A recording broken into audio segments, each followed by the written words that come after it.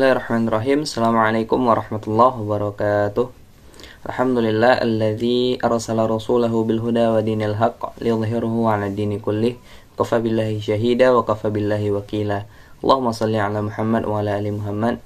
Mirsa setia channel HRKU, alhamdulillah kembali kita bersua pada kesempatan kali ini dalam tentunya video singkat di channel HRKU ini dan bersama kami dari Yayasan HRTI. Maka alhamdulillah kembali kita ucapkan puji dan syukur atas nikmat Allah, dan terutama dengan nikmat yang Allah berikan kepada kita dan sama-sama kita rasakan bahwa pada saat kali ini kita sudah mulai memasuki bulan atau bahkan tahun baru 1445 Hijriah, dan kita juga sedang memasuki dan berada di bulan Muharram. Dan kita ketahui Muharram ini adalah di antara bulan yang utama atau Syahrul Hurum, bulan-bulan yang disebutkan sebagai bulan haram. Karena di antara bulan haram itu Dzulhijjah, Dzulqa'dah, Muharram ini sendiri, dan nantinya Rajab juga bagian dari bulan haram.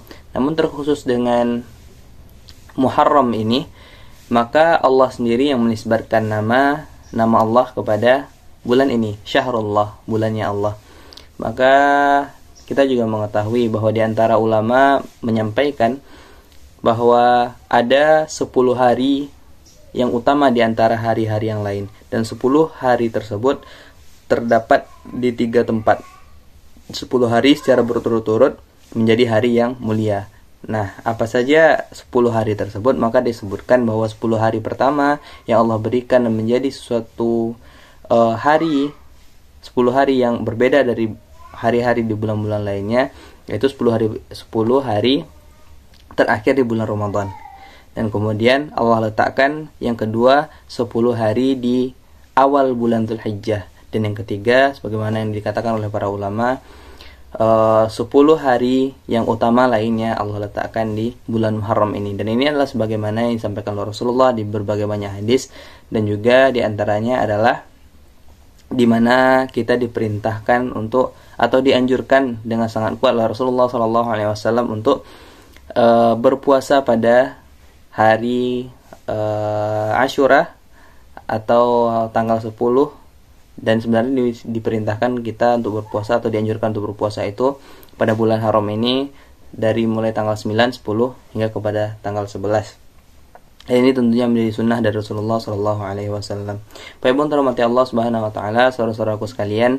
Maka pada kesempatan kali ini, insyaallah yang akan kita coba ambil gali dan kita ekstrak, untuk nantinya kita jadikan sebagai hikmah dari bulan Muharram yang alhamdulillah kita memasukinya pada kesempatan kali ini.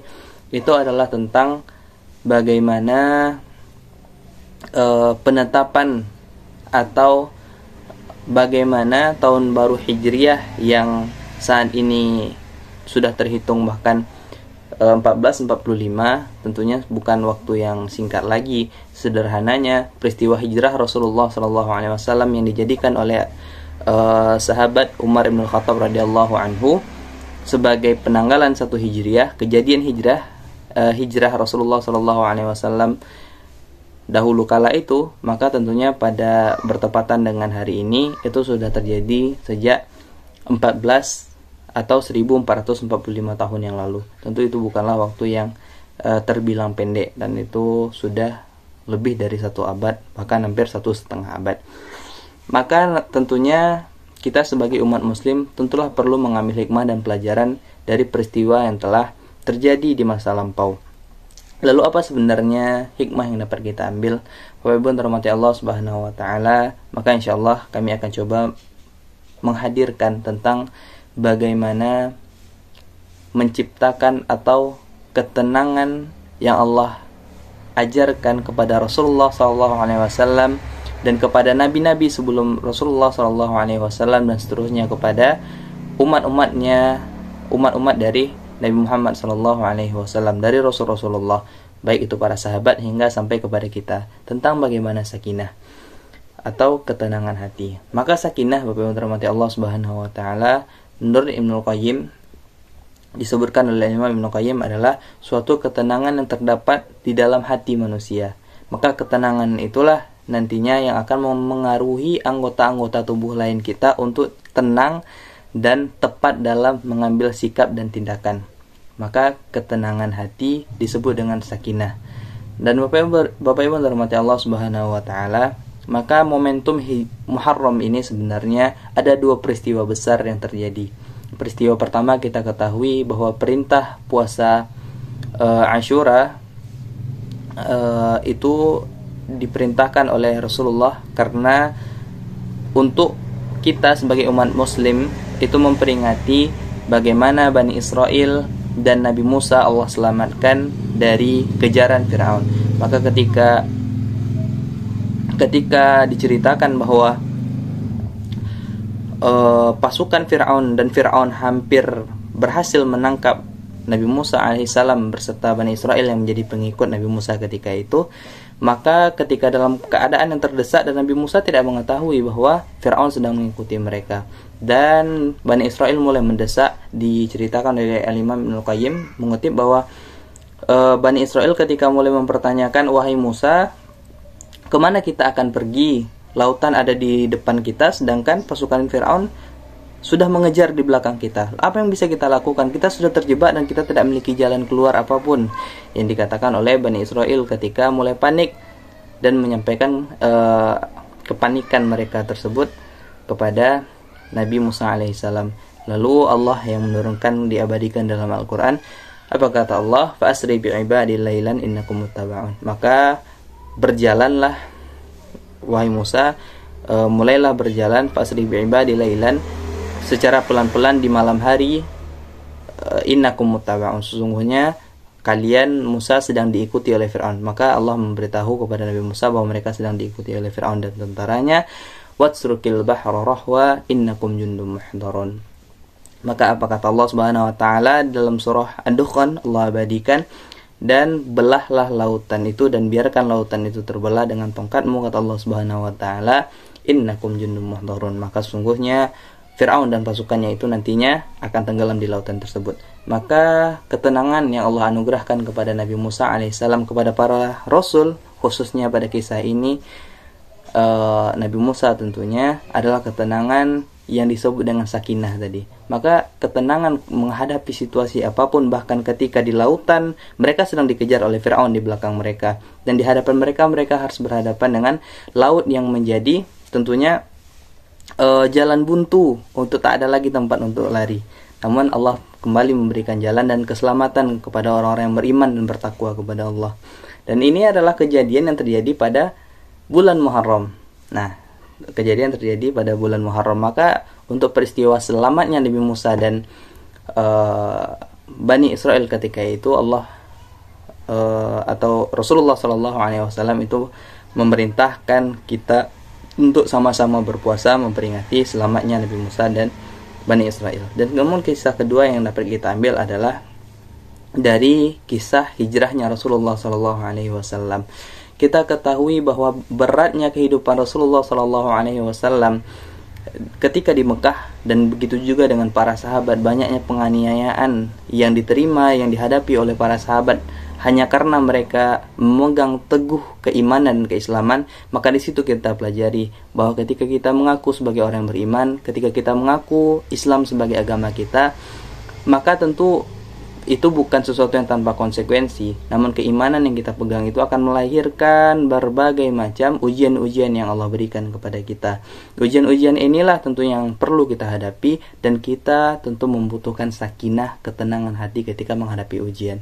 Dan kita mengetahui bahwa hijrahnya Rasulullah SAW itu adalah karena beratnya memangku agama Islam atau beratnya mengemban keimanan ketika berada di kota Mekah Al-Mukarramah. Kita ketahui bahkan ketika hijrah pun para sahabat harus berperang beberapa kali dengan kaum kafir Quraisy Mekah karena keimanan yang mereka pegang gitu.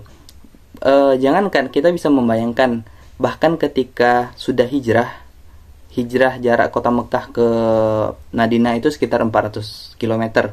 Maka untuk jarak 400 km tentunya umat muslim sudah jauh dari kota Mekah ketika itu. Namun orang-orang Mekah masih saja mengejar sampai kepada kota Madinah untuk mencoba membunuh dan bumi hanguskan kaum muslimin. Mereka tidak ikhlas sama sekali ada agama yang mirip dengan agama nenek moyang mereka, yaitu orang-orang musyrik ini, dan kemudian mereka berusaha sampai memburu umat-umat muslim yang bahkan ketika itu sudah hijrah.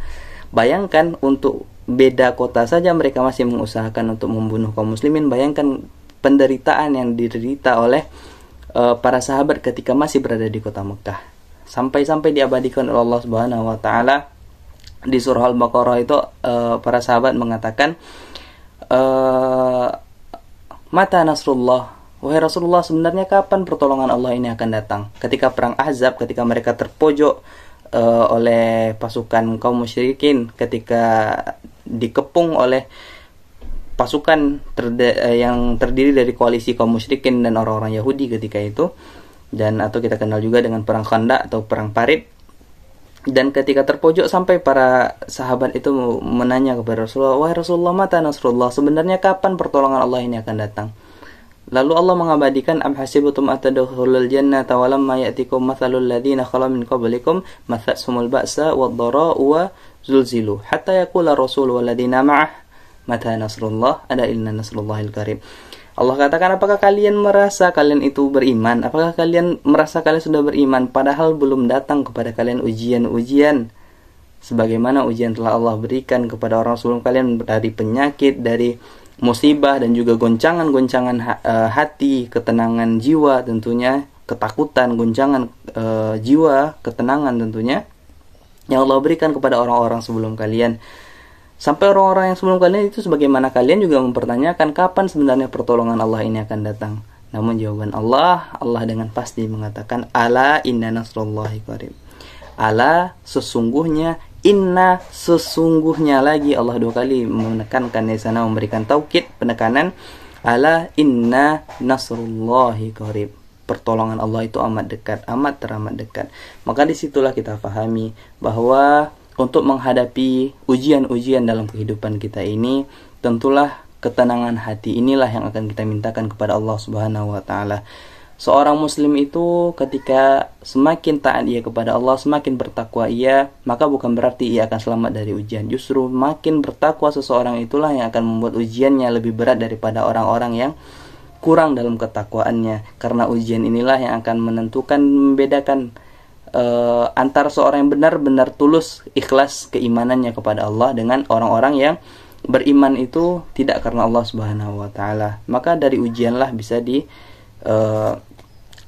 oleh Allah Subhanahu wa taala. Allah menyaring orang-orang yang tulus karena Allah atau sebaliknya.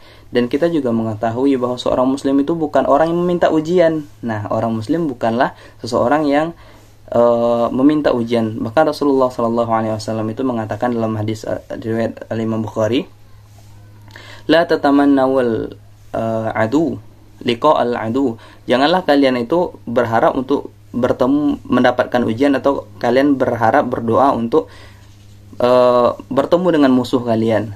Nah, kita dilarang untuk berdoa agar dapat ujian atau bertemu dengan musuh. Namun apa yang Rasulullah ajarkan, fa idza laqitum, namun apabila kalian bertemu dengan ujian ataupun musuh kalian tersebut, fasbiru, maka hadapilah dengan kesabaran. Kita tidak disuruh untuk lari.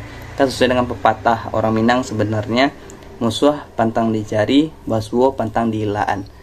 Ujian ataupun musuh itu pantang untuk kita cari, namun ketika memang musuh itu sudah bertemu, sudah ada di hadapan kita, dan ujian itu ada di hadapan kita, maka pantang untuk kita elakkan, kita menghindar atau kita lari dari ujian ataupun dari musuh tersebut. Kayak inilah mudah-mudahan yang dapat menjadi pelajaran di awal dari tahun baru Hijriah 1445 Hijriah ini. Dan mudah-mudahan apa yang kita sampaikan dapat menjadi pelajaran, dan Allah berikan ketenangan hati sebagaimana Allah berikan ketenangan hati kepada para rasul, kepada para sahabat, dan kepada para orang-orang soleh terdahulu. Dan kita Allah jadikan juga sebagai orang yang memiliki qalbun salim dan hati yang tenang. Bila taufik wal hidayah. Assalamualaikum warahmatullahi wabarakatuh.